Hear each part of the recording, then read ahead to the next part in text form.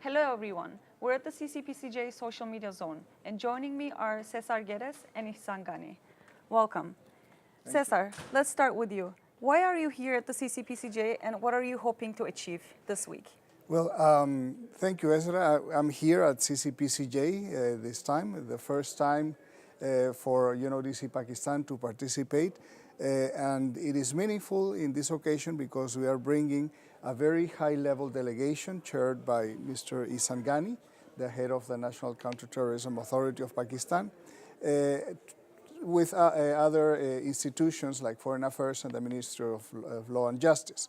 In this respect, we are going to present the work that we are doing together, specifically our recently launched project, PACT, which is Pakistan's Action on Counterterrorism, which is supported by the European Union, and it is doing remarkably well. But very important also the remarkable efforts of Pakistan in achieving concrete results in combating terrorism in the country. Thank you. Now turning to you, what are the major challenges faced in Pakistan and what are the steps taken by the government and the National Counterterrorism Authority? Thank you so much for inviting me to your press room. And thank you, UNODC, for giving me this opportunity to be here in Vienna to talk about what we are doing and what we plan to do in Pakistan in countering terrorism and extremism.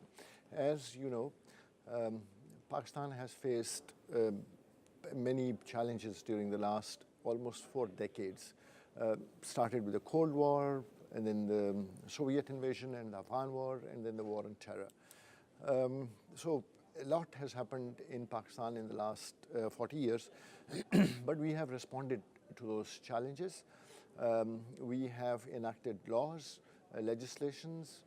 We have also rendered great sacrifices. Thousands of citizen law enforcement agencies have given their lives for this. Let me just give you brief figures. In 2010, in Pakistan, there were over 2,000 attacks, terrorist attacks. Last year, 2017, we had about 700 attacks. So there's a drastic reduction in the number of attacks. And these have been possible only because of Pakistan's efforts. Now, 2 things I thought were extremely important in countering terrorism in Pakistan. One was to stop recruitment for militant and terrorist organizations. And second was to choke financing for these.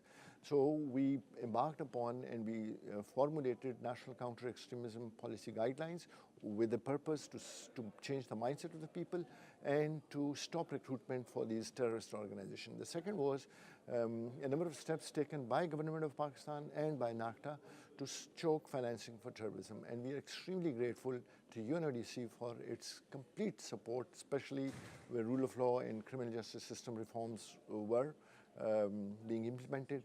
And PACT is a milestone project which we started and is now in progress. And we are planning to take our efforts even further. More collaboration with UNODC and a number of other international partners who are going to help us in countering terrorism, more importantly, countering extremism, because we feel in Pakistan that countering terrorism is extremely important, but till such time we do not address the issue of extremism and intolerance from our society, we will continue having terrorism issues. So it is important that we stop financing for these organizations and we stop recruitment for them. Thank you very much. Turning back to you, Cesar, again. What is UNODC's role in countering terrorism? Can you give us some examples from Pakistan, maybe? Well, UNODC has the mandate to assist member states in, number one, awareness raising and the ratification of the Universal Instruments on Counterterrorism.